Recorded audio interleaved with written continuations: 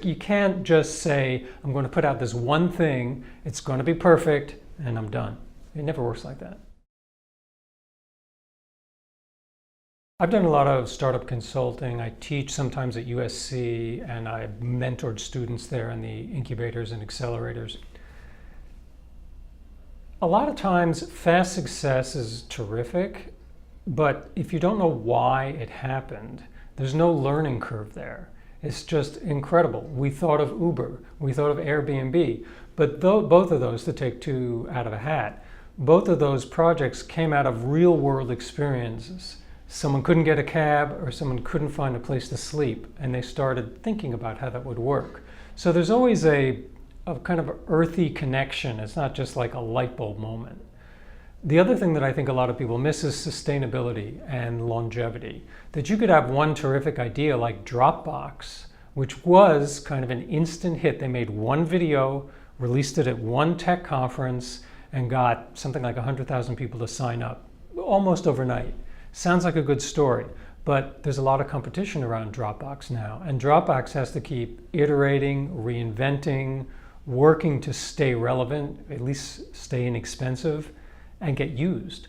So I think what happens for a lot of people is you may have a great idea, and maybe it is a great idea, and maybe it's not a derivative idea. Maybe it's an idea no one has ever thought of before.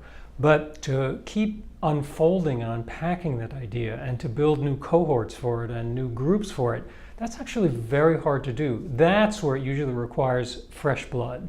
In other words, the entrepreneur could have the light bulb moment, but then it usually takes other people to come in and say, well, you might have to have a personal and a business edition, or you might have to try this, or you might have to try that, because you can't just say, I'm going to put out this one thing, it's going to be perfect, and I'm done. It never works like that. Yeah, I've seen a lot of entrepreneurs get a fast start and then try to catch up with all the other stuff you need to do, like taxes, like insurance, like infrastructure.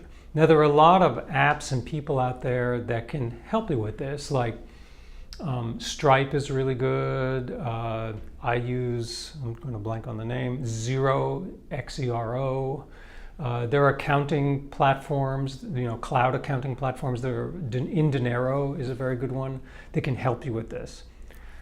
The short answer there is really, you may have the great moment, you may start the company may take off, but then when you hire people, there are regulations, and there's insurance, and there's the boring stuff.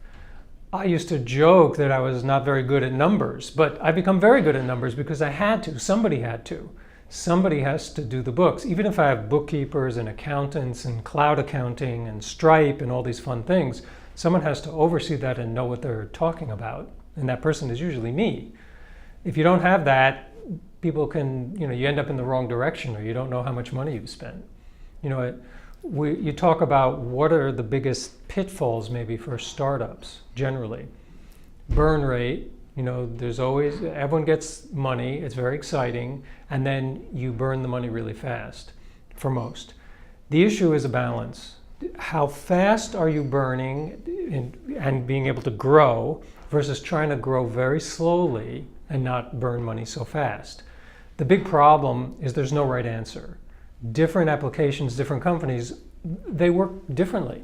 It depends. Sometimes a very slow growth approach is going to be great. Sometimes you need to command a big market and just go at it and see what happens and spend a lot of money.